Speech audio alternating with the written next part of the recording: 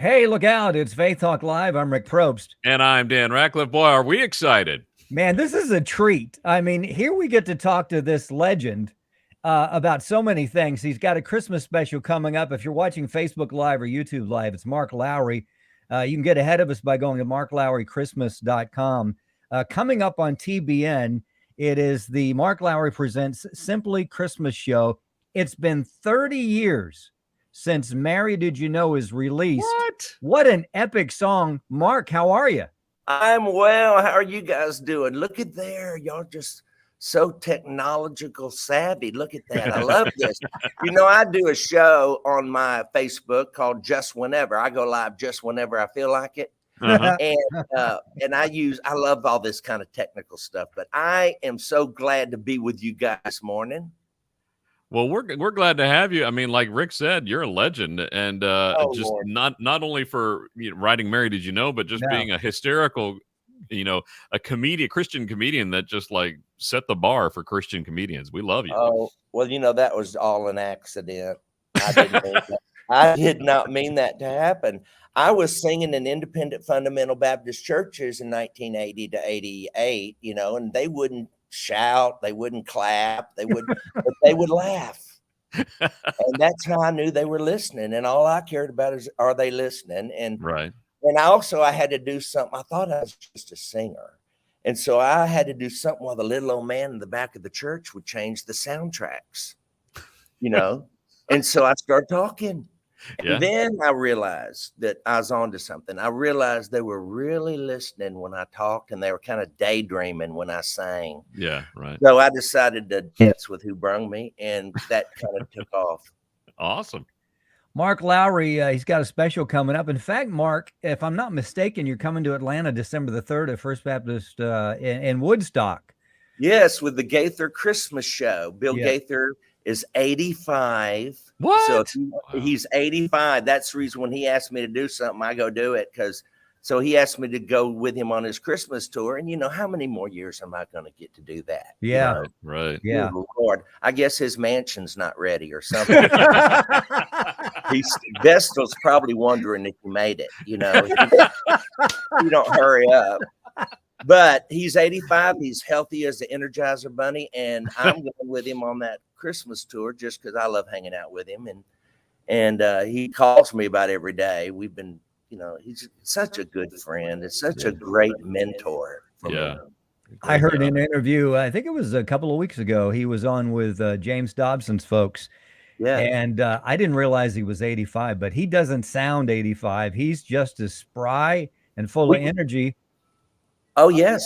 When I first started with him, I was 30, right? Now I'm 63.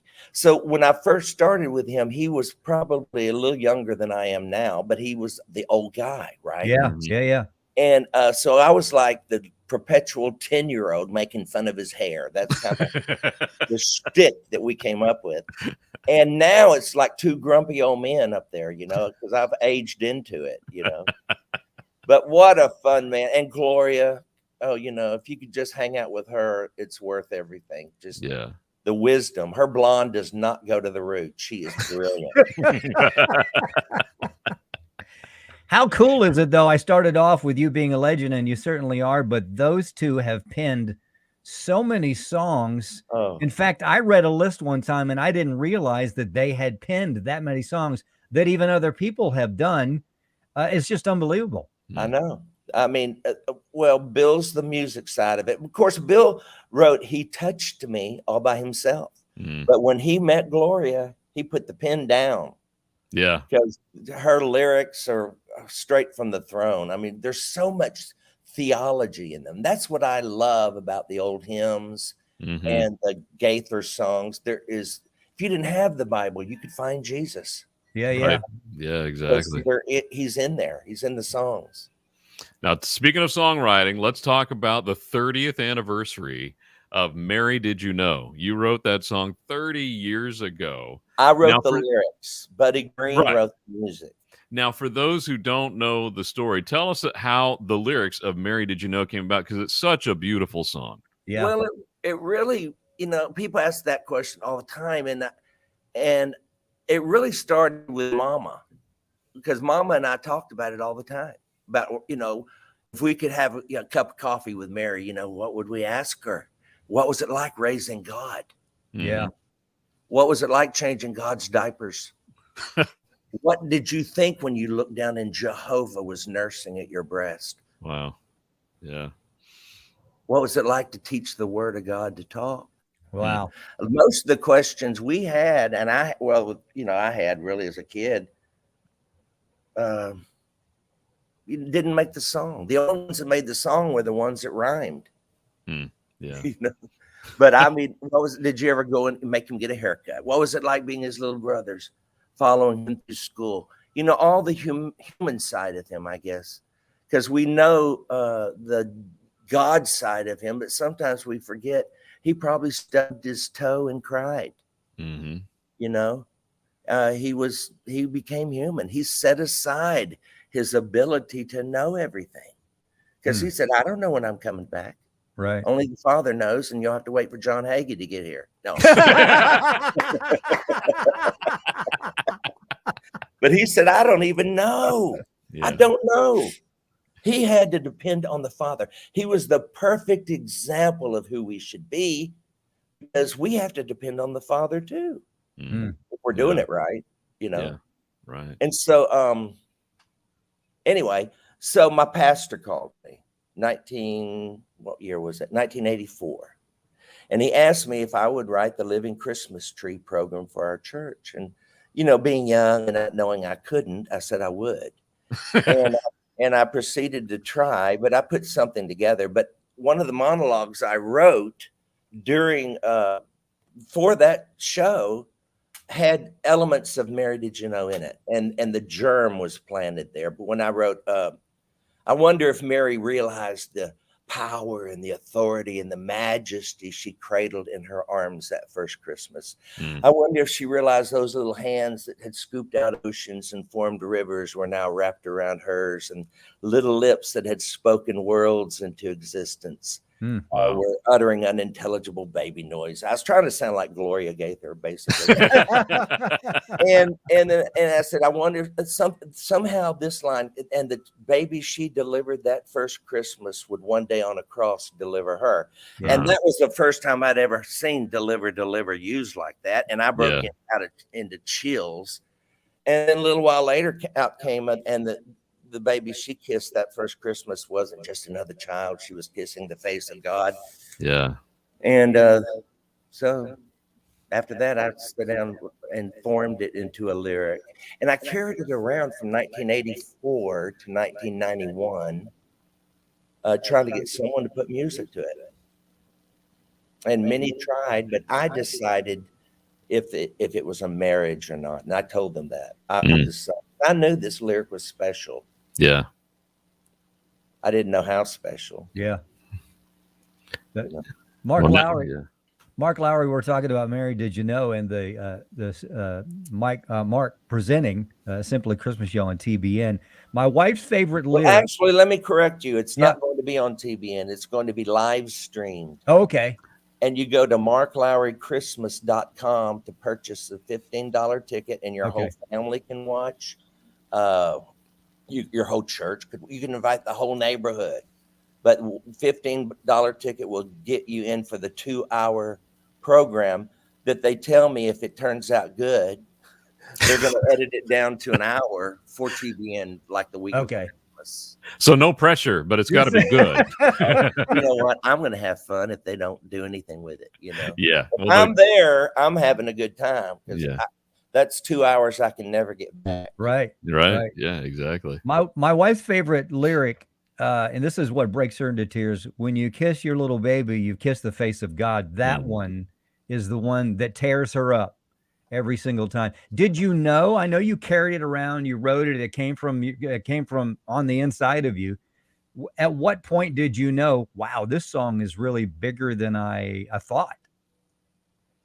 That's a great question.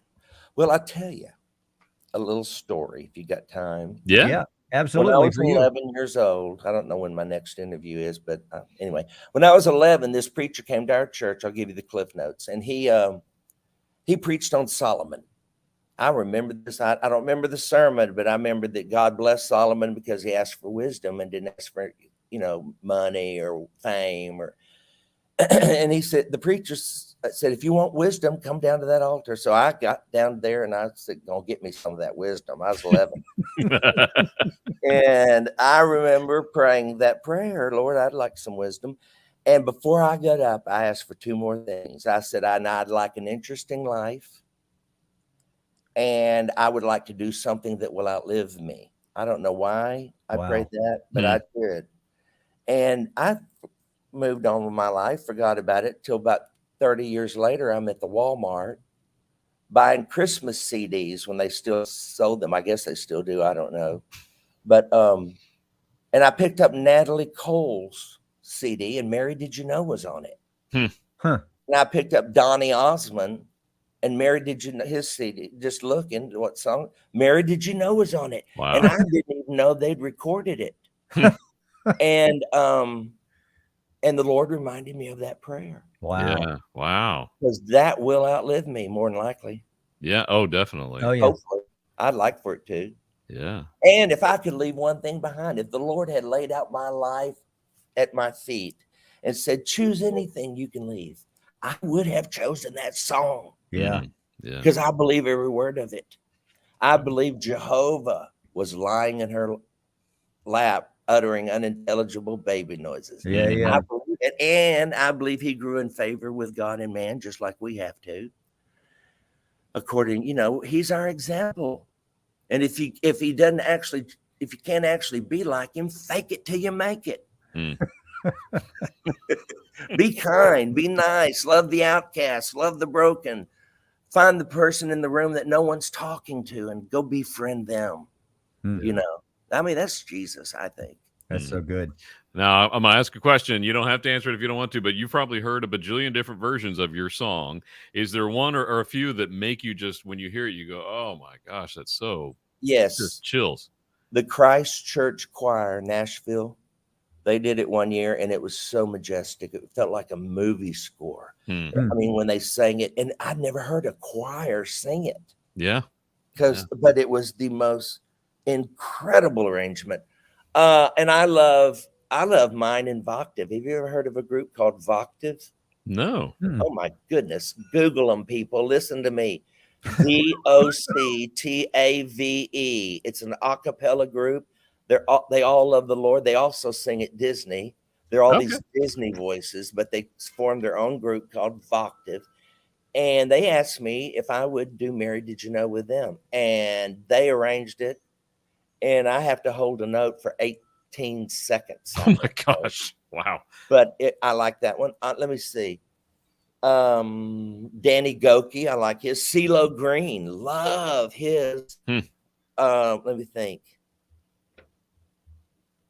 Oh, there's a disco version. Did I tell you? No. Really? A lady named Christine W. Kristine W. Did it, and it played in disco bars one Christmas. And she enunciates every word. I mean, her voice is out front. So one Christmas, I was preaching in disco bars and didn't have to leave my couch. Or my Lazy Boys. That's my favorite place on earth, and the Lord knows it. That is where I was sitting when I heard Jordan Smith do it on The Voice. That is one of my favorite. I cried when I saw, because I have the subtitles. I'm so old. I have to have the subtitles. I'm with you. Bill Gaither blew out my ears. And so I saw my words going across that screen, and I knew 16 million people. Wow. Were hearing about Jesus. Wow. That's amazing. This song is not really about Mary. It's about Jesus. Yeah. I mean, that's who it's about. Mark, that is so good. MarkLowryChristmas.com. Get your tickets. It's going to be a great show, 2 hours. And when he feels like it, just whenever, check out his show that he does. On Facebook, YouTube, or Twitter. Are things, I guess, I'm assuming things are opening up publicly for you. What's 2022 look like for you? You're going to be doing more? I'm booked. I'm booked up. This year and next year is already totally booked up. but I'm only doing 30 concerts, and I'm vaccinated, and I wish everybody would be. I haven't grown a tail yet. I got the Moderna, which is supposedly the Rolls Royce of the vaccinations. Wow. Yes. And I encourage, and I've got the booster, and I wear a mask when I'm told to. And I might be a little Stepford Christian, I guess. Some people, but I think I don't like polio, and I don't like COVID. And vaccinations have fixed one, and will fix this. Yeah. Wow. It's no conspiracy, people. Mark, you're such a huge blessing. It, well said. Well said. Yes. MarkLowryChristmas.com, and check out just whenever, or when Mark comes near us, which he will be at First Baptist Church in Woodstock on December the 3rd, which I believe is a Friday night. Check out the Gaither Vocal Band, and Mark will be doing his things. No doubt he'll be making fun of Bill's toupee. Oh, yeah. That last one he had was made out of cat hair. Every time he scratched his head, his rear went up. That's an old joke, isn't it? God bless you guys. I love that. Oh, love you, gosh. Mark. Love you. Appreciate you. Thank you for what Bye-bye. You've done. Appreciate hey, we got to take a break. We'll be right back. I'm Rick Probst. And I'm Dan Ratcliffe. This is Faith Talk Live.